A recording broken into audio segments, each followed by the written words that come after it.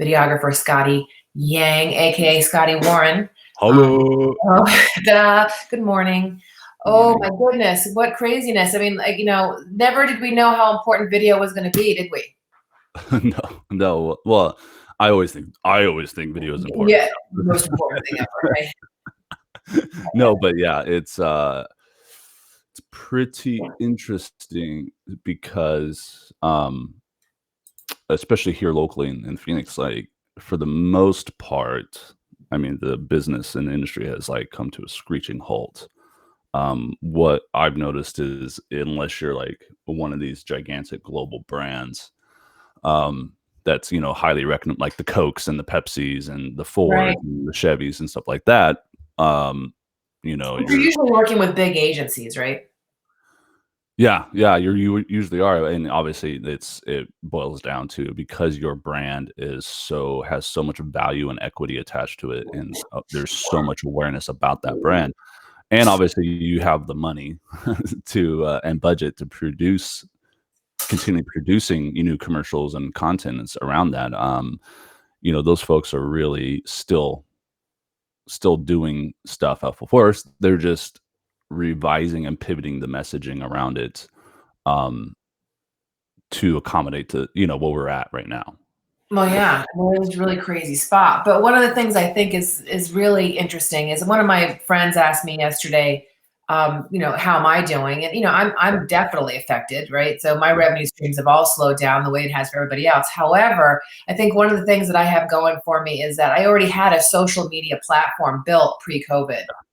So Yeah. I'm watching people, and it's super interesting to me, especially in my health and fitness leg of what I do. That trainers who I was speaking to before about alternative streams of revenue and video and doing more things online and sharing in groups are now, sharing, and I find it super interesting, right? Yeah. That the stuff I was talking about a year ago with people, all of a sudden, people are much more open to taking advantage of. So you and I had been talking right along and about doing some video together ever since we did our interview way back in, I'm not sure what month it was, in 2019. Yeah. I think it was in October, maybe. I know it wasn't that long ago, but for some reason it feels like so long ago. It feels like a long time. It feels like a lifetime ago. But we've been does. talking about, linking not only through the fabric and our fashion problem that we have, creating a brand in fashion, but also through video. And so we had kind of dreamt up this series a bit back ago. And of course, I've got a little thing. I have Grant Vedder's thing rolling on the bottom here. Let me turn that off. We'd already planned on having this conversations via video. So I think it's interesting. I think that the reason why people are using video right now is because they're really aware that video is a way of connecting emotionally with your audience. And there's a lot of emotion going on right now. And I think business owners that aren't reaching out to their peeps via video right now are really missing out. So good morning, Brent Kleiman. He says good morning. Brent is an attorney. And actually the reason why this show is called Relentless Talk Radio, he was the one that came up with the word relentless first. Good morning. Oh yeah, that's awesome. Morning, so the idea of connecting emotionally with your audience really is what you do, right? Yeah, I mean, well, if you think about it, like the basis of marketing in general these days, it's built around emotion. I mean, some of the bigger brands. I mean, the brand that immediately comes to mind is Nike. I mean, I know, do it. I was just thinking the same exact brand. I mean, like 100%, right? Yeah, I mean, they do an amazing job at emotive marketing. And that's what you're doing. I mean, that's what it's think about it. Like you're essentially trying to tell a story, right? And we all see, we watch movies, we watch TV shows, right? But how do they get you attached? Like the Game of Thrones, right? Because people become emotionally attached to the characters. That's just great storytelling, and that's essentially you doing the same thing. I haven't watched it, but because I don't have HBO. I'm kind of like something had to give in my life, and so cable was it. You know what I mean? I don't have cable unless I'm living with somebody who insists upon having. And even Doc and I recently got rid of cable because we realized we were just watching Netflix all the time anyway. Why pay for cable? Right. Especially now. You know what I mean? I know, absolutely. And you could go to get a Red Box if there was, or rent something on Amazon Prime, and now there's YouTube television that I'm going to check out. But I think that that what I've watched with the Game of Thrones, though, that's been interesting, as someone who hasn't watched it, is just how like totally committed people are to get that series. But I remember it being the same way when we were kids growing up with Days of Our Lives, or yeah. Yeah, I mean, well, it's storytelling. It's great storytelling, built an emotional connection to whomever the viewer is, okay? And oh my that's goodness, how. you got a little peep behind you. Oh, yeah. Yeah, the life of the entrepreneur. Hi, dude. Want to come say hi? Hey, come say hi. Come say hi in the mic. Okay. Hi. Good morning, dude. Yeah. So this is Teo. This is my little future director. Videographer, right? Yeah. He says he wants to be a director when he gets older. So he sits on my lap sometimes when I'm editing, and we talk about the edit together and stuff like that. So that's awesome. Cool. I love that. So I also think that when you emote with people, it helps to build trust. Yeah. Well, it's what's great. I'm so glad you said that, because, it's kind of more than twofold, right? Like you're telling your brand or your company's story. You're building that emotional connection with the viewers, right? They get to know you, but then through that, you're also building trust with one another, showing what you can do as a product or service and how that can change the lives of your customer base, right? It's kind of something more along the lines of what we talked about in our last show. Yeah. And what that does is, over time, that builds trust. And it's not going to come in like one shot. I think that's a common one video and that's it. You have to have consistency, which is the one thing that I've really focused on since I started doing video 5 years ago, is initially being consistent with doing the videos of just my painting sessions. But then I realized in my art and fashion segment, when I do my visual journalism, Art of Fearlessly Doing Business and Micalizzi Gives projects, to videotape those painting sessions. And what happened was conversations started, and I realized, wow, I really should be videoing everything that I'm doing, which is why we're doing video. Brett Kleiman is an attorney, and I have his comments here on the screen. He's saying industries will never be the same after this. Video is changing how we do everything. Law firms are doing business over Zoom and WebEx. People that continue to grow that business will be huge success after this ends. Video is the future. Let me tell you, I'm really sad I didn't buy any stock in Zoom. Because they are making some serious money. I went over and checked out if they were giving away free professional Zoom memberships, and nope, still $14.99. Oh yeah, that's awesome. Yeah, I use the free Zoom just for 40 minutes right now, which I think is really super smart of them.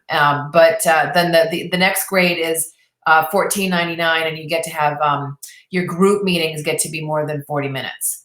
With the free version, the one-on-one versions are unlimited, but your group meetings are limited to 40 minutes. So I might actually have to upgrade to Zoom, if this goes on much longer. Right now, I've been able to have my group meetings stop and start again, or keep them to 40 minutes. But I think Brent is correct, and I think it's interesting for him to mention that as an attorney, because the financial services industry and the legal industry are limited in how they can market. So for an attorney to say, hey, video is the future, it's interesting to me, because I think video has been very much present right now, but I think those industries like law and legal, law and financial, are starting to realize they have to kind of open up the compliance measures as far as video is concerned a little bit. But I still think it's going to stay pretty tight for those industries. But I think it's an important note. Thank you, Brent, for listening and for your comment. Yeah, thank you so much for tuning in. Because video drives traffic.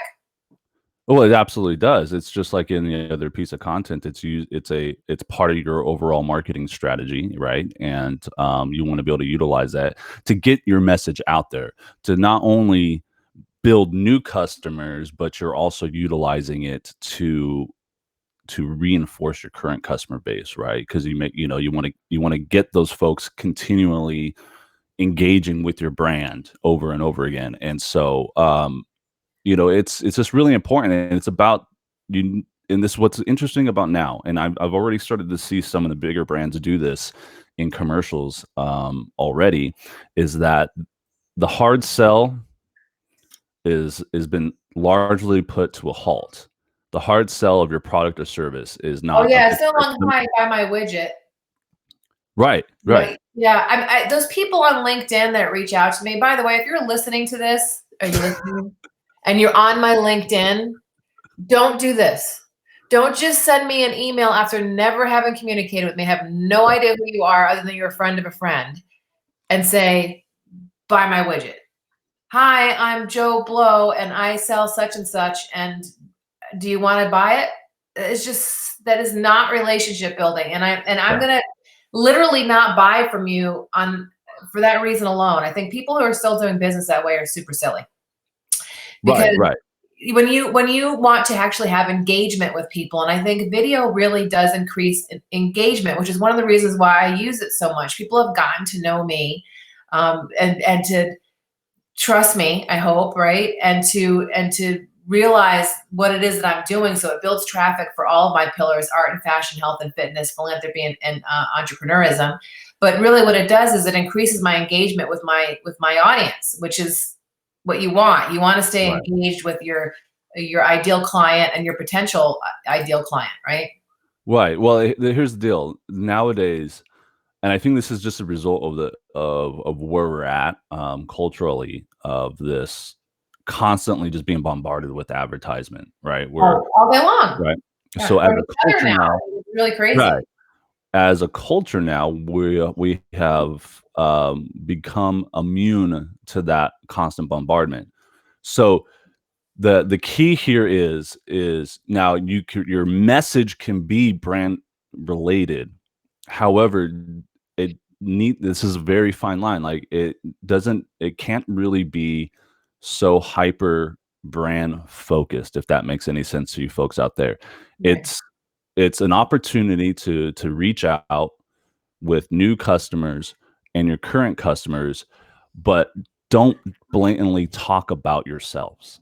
I know. If I hope that makes sense. I know it's kind of a weird way of looking Well, at I it, think but we're seeing this like with the Super Bowl commercials.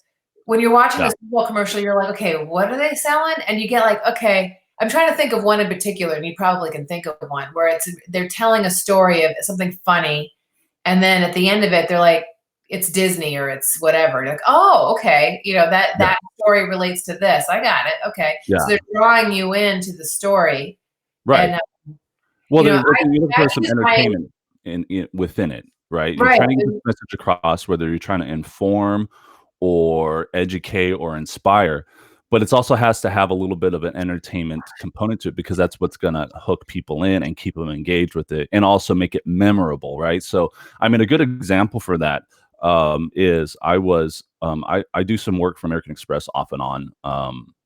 And it's not any outward facing, it's mostly like internal facing. I by producing media and creative assets for their technology and product teams, right? And a lot of that messaging is just around creating information content for their internal teams, right? Things that they're trying to get pushed across the global company internally in those Which spaces. is entrepreneurism. Yeah, Yeah. yeah, and People don't realize it's actually a whole organization within organizations if you have a large organization, and yeah, communicating through units and making sure you keep your message strong yeah, internally is as important as external. yeah. Your little guy is in the background. He's a little jokester. Well, so here's a lot of the topical information that I was dealing with, and I was handed down. I was like, "Okay, we want to produce something around this." Okay, very dry, right? Because you're creating content for engineers and product Right. team. I don't like, and this is thing as a producer, I don't. I'm not of that space. I'm not of that industry, right? But I know that, okay, so I have to spend some time with people, learn about what this and that is, get to know the terminology, the vocabulary that they use, so I can speak the same language as them, right? And one thing that I put my fingerprint on, and anything I produced in that area, was taking this dry information and get it across to their people in an entertaining way. And that's kind of what I want to do. So everything I did was I tried to make everything feel like it was like a short film, right? And added some elements to it, some entertainment elements to it to make it more interesting so that it will hold the viewers longer. They're actually going to retain the information, that the central message that we're trying to get across in that piece. And so, you know, adding a little bit of entertainment. Now, most people might think like, okay, well, I'm going to try to be funny. I would. Funny's hard. More time than not, if you think it's funny, it's probably not that funny. My general rule is like, I'm always scary of non-comedians trying to be funny in their video content. It's a little scary at times, and it can totally. I think if ever I'm funny, it's by a complete accident. Yeah, and to me that makes it more organic, you know. Right. But there's something to that. So when you're trying to create video content for your brand or business, I mean, one, don't hard sell. We're not trying to hard sell anymore. That's not what we're doing now. I mean, but again, like I said, it's a dance that you play. You're not trying to hard sell, but you also want to make sure that you are getting your brand message across without seeming like you're trying to get a brand message across. Right. If that makes sense. Right. But you also that's one type. That's just one type of video that you want to that you can be doing. Obviously, there are going to be those opportunities where you have a product, right, that you want to highlight. So you're doing a product video, specific about the product, showcasing the features. Now, you're not hard selling. What you're doing is you're showcasing the features of that particular product or service and how that can transform the life of your customer from the before state without the item to the after state. I think the car commercials are a perfect example of that, where they're just talking about the one with the dogs. I love. Is that Toyota or Chevy? People love pets. Yeah, so it's the little poodle and the medium-sized dog and the big-sized dog. Yeah. They're demonstrating how each one of those dogs works. And I don't remember what the brand is. Do you? No, I don't. But there's like, it may have been Toyota. I think the ones that really come to mind are the ones from like Chevy and Ford, where if we're talking about like not hard selling, where like they do a lot, like obviously they do some, you know, more selling type features where they're showing features of their latest model coming out, but then they also do these non-branded pieces that are really like short films, right, around their factories, American made, you know, that's where they're building that emotional connect. So those are great examples of emotionally connecting with their customer base by appealing to those emotional aspects of what's important to the American consumer, right? And so obviously their messaging is also going to be a little bit different when they market overseas to like China. I know it's a big market for these automakers right now. Because culturally they're different people, right? And they have different norms and different values that the culturally they have, right? So their messaging is going to be a little bit different, but that approach is still the same. It's not about hard selling. They're not going to hard sell. There's multiple buckets that they try to hit when they're doing that. And so if you're a smaller brand or a smaller business, I would encourage you to think about that in the same way. Obviously, we all don't have the multi-million-dollar advertising budgets as some of these bigger brands, but that doesn't mean you can't accomplish the same things. I think that's why live video is so powerful for small businesses and why Facebook is so fond of it, is because you know, you can show. Recently I had Scott Marine, the owner of Reliable Appliance Repair in Cave Creek on Relentless Talk Radio, and I would love to see him visit some of his folks and their dogs. And like what's going on and hear about what happened with the refrigerator and see some of these really awesome houses in Carefree. I would watch that 100%, right? And that's not saying, hey, buy my repair service. It's saying, hey, I'm out in Carefree and look at this amazing view and look at this cool dog and meet Mr. Smith, who's retired from GE. And, you know, I would totally watch that. You know, I would absolutely watch that. Sharon Bates from the Anthony Bates Foundation just signed on, and she is one of the charities that I focused on in my Art of Fearlessly Giving Back series last year. And their charity focuses on heart health for young people and testing hearts. I would absolutely watch a series of with Sharon talking to older, you know, or even children that are having this done with permission of their parents, and why they're doing it, what sports they're doing. And I would absolutely watch that story unfold. And it wouldn't be, hey, donate money to our cause. It'd be, here's what we're doing. And then people are compelled to buy or to give, right? Which is really the whole point of doing this, is to convert your viewers into buyers, right? So to get conversions and sales, whether it be getting folks to join your email list, or to become part of a project, or to take advantage of a service that you're offering. You want to convert those listeners and have them buy from you, right? Right. Well, absolutely. And so this is where a change in thinking that I got by producing content for these technology companies is they've shifted their thinking from output, right? So what's an output? An output is a completed video. An output is a infographic. An output is, whatever deliverable item that might be. And what I've started to think about especially when I talk with the client or something is, and I understand what their marketing strategy is going to be. I'm like, okay, and then the wheel starts spinning for me. But then I want to ask everyone out there is, are you thinking in terms of output or outcomes?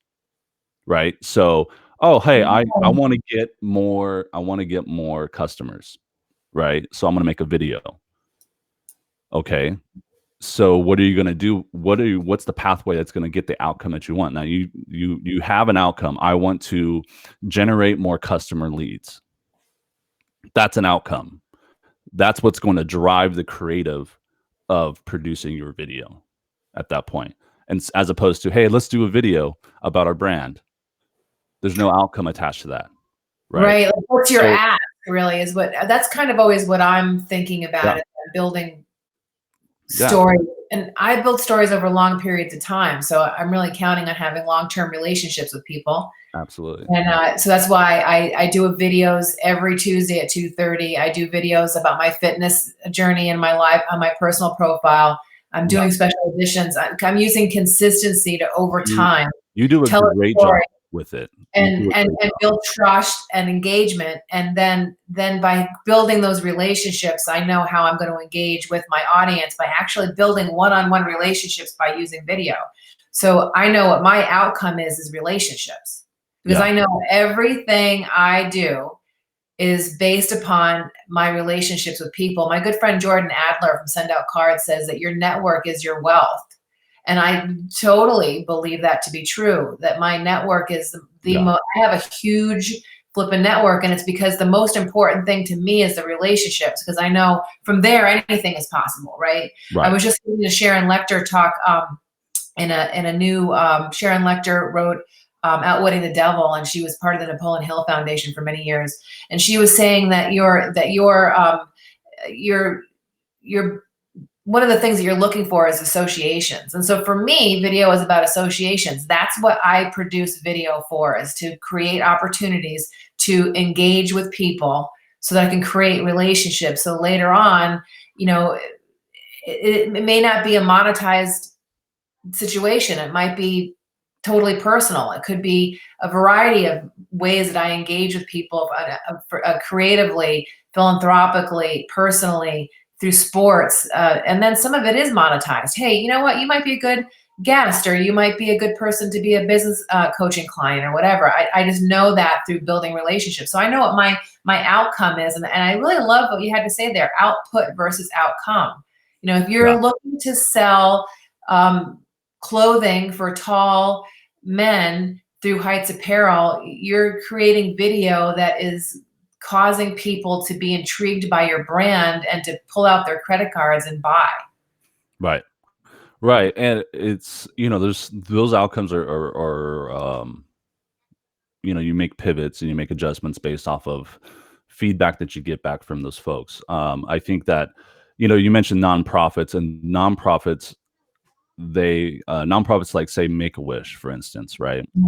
If anybody out there has watched Sports Center, especially during the summertime, they do a Make-A-Wish segment where they basically produce a package that's on Sports Center, where they follow and a young child's Make-A-Wish is to meet an athlete or, some type of experience around that. Right. And like they have like this heart-wrenching music and like they talk about the struggles of like talk about emotionally, like sometimes like the anchor is wiping tears from their eyes when they cut back from the package to the show, and talk about emotionally telling a story. And that's, for nonprofits, that emotional component is extremely huge, because that it allows them the opportunity to show the world what type of impact they're having through their nonprofit. And that helps them. And there's a ripple effect of that, right? Because now people see that, they become attached to that. And that equals, especially nonprofits who are so reliant on donation dollars, right?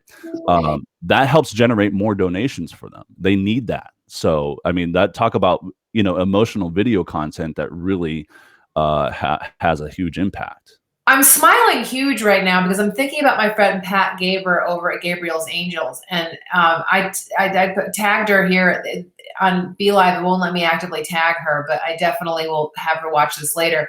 They do this really well at their breakfast every year, and they just had to postpone their breakfast. Oh yeah. It's a breakfast where you go, and like every 15 minutes throughout the entire breakfast, you get to watch this heart-wrenching video and heart-lifting and inspiring video about what Gabriel's Angels is doing with their therapy dogs and their therapy teams throughout the valley. And you cannot stop yourself from gifting at the end of this breakfast, because the videos are just so amazingly well done. By the way, Gabriel's Angels right now is fighting for their life. So if you are a dog lover and a kid lover, and you do have a couple extra dollars, you might want to toss them over to Gabriel's Angels this year. I'll put a link in the video, but they in the comments below later. But they do a really great job of using video that compels you to give. Every year, I'm just out. They put tissues on the table. Because and in the videos, they don't say, we would really love for you to give to Gabriel's Angels. All the videos are about, hey, this is what we're doing. This is how we're doing it. This is who we're doing it for. And this is what it looks like. And just seeing that, where do I write a check? I mean, it's like just the story sells it for them. They don't need to put that call to action or in there, right? Like it's if you execute the storytelling effectively enough, no call to action will be needed in a case like that. Now, obviously, call to actions are you do want to use a call to action depending on what you're doing, right? But if you're using something like that where it's kind of like this docu style or cinematic type of feel, like you may not necessarily need a call to action for something like that. But that's a great example of how you just pop your logo on the bottom, and you show a video of whatever your service is. Maybe it's appliance repair, and you show the appliance breaking, and then the pile up of the laundry, and then you show your husband going off to work or your wife going off to work, like dressed and pressed clothing that was just in the laundry basket. You don't have to describe what it is that you're doing. Your washing machine's broken. The other thing that we do videos to improve our SEO too, which let's talk about. SEO, for those of you listening, is search engine optimization. It's when someone puts in appliance repair or pet therapy or clothing for tall men into Google, and your page comes up on the first page, which is really tough to get your website to come up on the first page. There has to be a little organically, bit of that happen. It's a long game. For SEO. Yeah, well, it's a long game to have it organically, and that's what you want. You want organic to be on that first page organically, and that's basically. And I'm not an SEO expert, but I know enough about SEO to understand how there's things that Google likes and doesn't like, and if you set things up properly that the Google algorithm likes, it rewards you for that. And if you do stuff that it doesn't like, it doesn't, it takes away points, so to speak, from that. YouTube is another one. YouTube is another one. We talked about this just the other day. YouTube is not only as a platform, but you also got to think about YouTube as a search engine in itself. Okay. And you also got to understand that YouTube's owned by Google. So knowing if we're talking about SEO, right? Right. They want You want to leverage the descriptions. two search engines to your advantage. Okay. So that's where merely putting a couple words in the description of your video, not cutting it. You're probably doing yourself harm in terms of SEO. Right. So you want to adopt some principles and practices to use inside your YouTube description of a particular video that you upload. And also, and that includes, adding some backlinks to wherever you're trying to drive that traffic to, and using the keywords, specific keywords that you want people to use, or keywords that people used when they go to search based off the topic that you have. For You instance, just gave me an idea, actually, because you and I were talking about this yesterday. I have about 200 videos on my YouTube channel. So if you want to go watch this on YouTube, you can go to youtube.relentlesstalkradio.com. It'll bring you right to my YouTube. And I have a template that I put in each time with particular things. But I think one of the things I'm going to start doing is asking the folks that I interview for their keywords. And then and using their keywords to write the description in each one of those videos. I'm going to start doing that literally like the next week. Well, and it all starts if someone's out, if you're a small business owner and you're like, I have no idea what you're talking about, that sort of thing. What I would suggest is just go to Google, open up a Google page on your browser, and type in, okay, let's use my clothing brand, for instance, Heights Apparel, right? Yeah. Type in tall men's clothing and see what pops up, right? And sometimes when you go to Google, and full transparency, I'm not on first page ranking. I'm working on that still. So, but I'm working on this the formula, and I'm working on getting to that point still. Right. It's still a new business, but when you go, a lot of times if it's very common searches, even in YouTube, you can do the same thing. You start typing out words for something you want to search, and it starts to auto populate, sentences or phrases, right, based around as you're typing. Those are clues for you. Those are clues for potential keyword opportunities, because those populate because other people are using those same search terms to find things on YouTube, and use those as to your advantage. So check those out, and then okay, well, then I can potentially use this phrase as a keyword in my description, as long as it relates back to your topic. What do you think about keyword? I'm just thinking about keyword generators. Do you think those are beneficial? There's one called WordStream. I think they have a free version. It's helpful.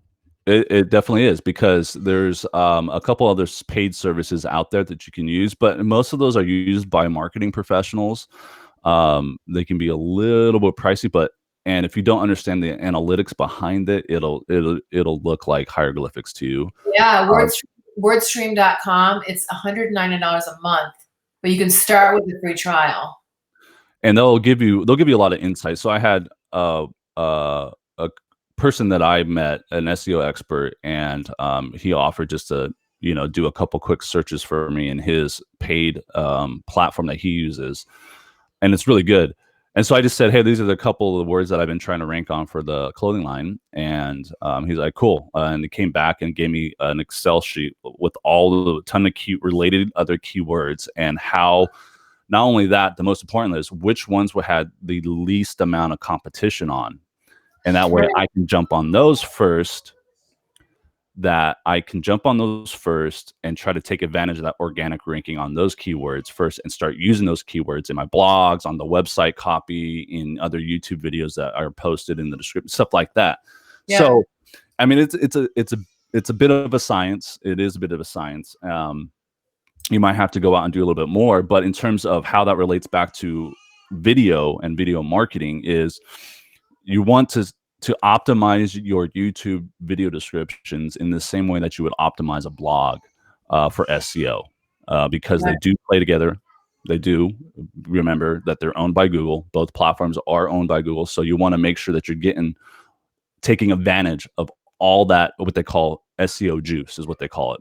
Yeah. to get the most out of it. Otherwise, you're losing opportunity there to get a higher search ranking in Google. I think I have to do a better job on that on YouTube. Now, I want to make sure that we've kind of gone 5 minutes over because we do that, but that's okay. But we have a couple of things we want to touch on before we scoot. Yeah. One of them is you were talking about the types of video that would serve a specific segment. Tell me more about that. Yeah, that's something that I really wanted to bring up. Because I want to make sure that people are getting value out of this. So right. I think that, okay, you're like, all right, well, we're talking about very high level things. All right, so let's talk about something that's specific. Like what can you do yourself creating video? I think first thing that comes to mind, the blue collar services such as plumbing, HVAC, appliance repair, things like that. Yeah. Right. So we talked about like your brand story, right? Overall, not hard selling, blah, blah, blah. Right. But also in a business like that, a blue collar service like that, where you're providing a service to community members because house things happen all the time. That brand story is not going to get you far enough, right? You want to make sure you're giving value, free value to potential customers out there, because that's also how you're going to build trust, right? And so what if my sink is clogged and I don't want, and a snake thing doesn't unclog it, and it's a little bit more serious than I thought, and I don't really want to spend the money on calling a plumber out right away. I want to exhaust all my options first. What's the first thing that most people do? I go to YouTube, I type in how to unclog a drain, and up pops a bunch of how-tos from other plumbing services of how to unclog a drain. Right. And if you're in that type of space and you're not providing that type of content to the world or the potential customer base out there, I think you're losing out on a lot of opportunity. And those aren't difficult. Some of them are really poor quality, and that's fine, because it's the message is, we don't care about quality. We want to get the damn drain unclogged, right? But if you're not even doing that, then you're missing out on a lot of opportunity to build brand trust, build equity within your company, and you're losing out on a lot of potential leads for you to get business. Rachel Hollis, I think it's "Girl Wash Your Face," the book. She creates consistency by doing a video every morning with her husband, young parents, and their story is like, how to survive life as young parents. But she's become like a major social media mogul, really. And one of the things she talked about was just this, like, provide a lot of free content. Like, you and I don't make anything off these little videos that I'm doing. I'm not making any money off of the Brandy Lawson Fiery FX series that I'm doing on the other Thursdays of the month, which is the first and third Thursday at 9 o'clock, which is the digital evolution and entrepreneur's guide to evolving online. Because really, I know that if I give a lot of free, valuable content, that people will engage with me, build a relationship, and then I can decide if they're a friend, a customer, a colleague, or somehow associating with me on some kind of philanthropic effort. It's important to engage with people and give them stuff. And what Rachel said, which really hit me, was, people get mad at her because all of a sudden she's selling a book. And she said, you know what? I give away a shit ton, and this is how she talks, of free content. If I'm going to sell a book once in a while to make it possible for me to continue to give out free content, I'm going to make some money off of this 100%.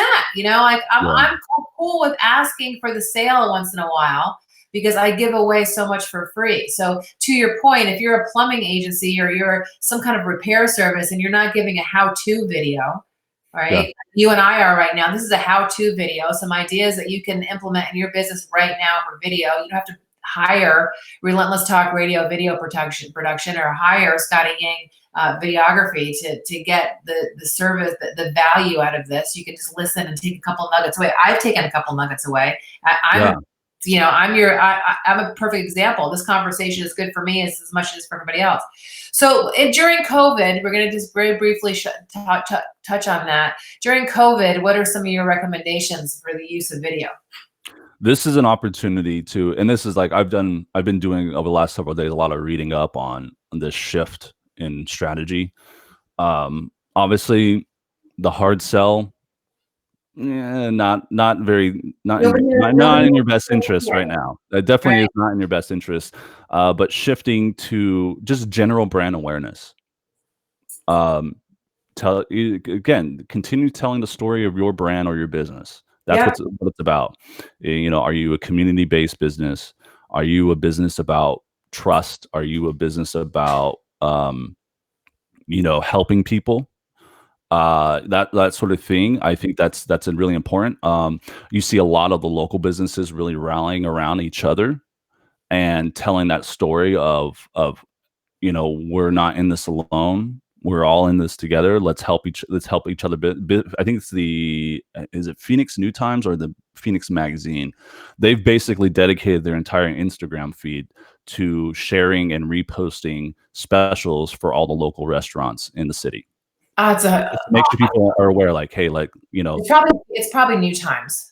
We're gonna have probably is New Times, yeah. And both those brands and let us know. Report back. Come back here and let us know. Yeah, right. No, but it's kind of it's that, and even some of the stuff I'm doing for Heights is like I started creating like these little logos that are very like it's called I'll probably end up actually making a collection of shirts out of it. The Good Vibes collection, just various like. Sun rising, water, ocean. It's very, it's very much in the feel of the brand, but, and the whole theme of it's about good vibes, share it, pass it along, share the love, that sort of thing. And I just, I'll post one every other day. And while that's not video, but it's pivoting my message around what the situation is right now. Well, I think that it really, the folks we could learn a lot from what people did back in the Depression. Yeah.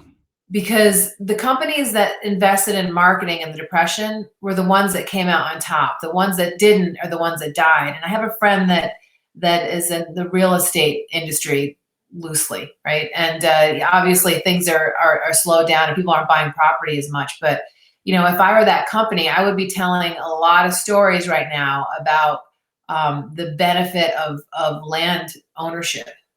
Yeah, I would. I mean, I'd be telling a lot of stories because it takes 3 times as much money to get a new customer as it does to keep a current one.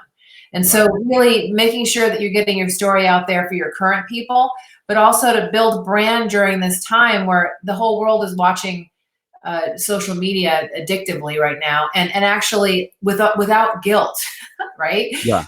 Right. If you're not communicating via video right now in some way, you're really missing the boat. So it's 42 minutes we've been talking. We probably should make this segment a little longer, but I think that we were trying to keep it to a half an hour to be considerate of people's time, this time in the morning. So if you want to check out what I'm doing on video, you can go to youtube.relentlesstalkradio.com. And if you're really curious, you're going to see how I'm repurposing some of the things that I'm learning here on the Video Lab and updating my blurbs on all of my videos. I just got caught up yesterday, Scott. Yay! I know. I got behind in my videos. Yeah, that's amazing. So good for you. I'm totally current. And in fact, when I'm done with this video, it's going to go right to YouTube. That's amazing. It's just, I got behind in November and it took me a second to get caught up after, some business life technology event. So, hey, dude, thanks for taking some time out to offer some value to our listeners. And, good luck with the babes today, both the little man and the little girl, babe, and young fathers, right? Building an empire one baby step at a time. Yeah, absolutely. It's interesting, but we're getting by. We're getting through it. I actually think that your daughter is going to be a healthier human being because both of you are able to be home in her infant years.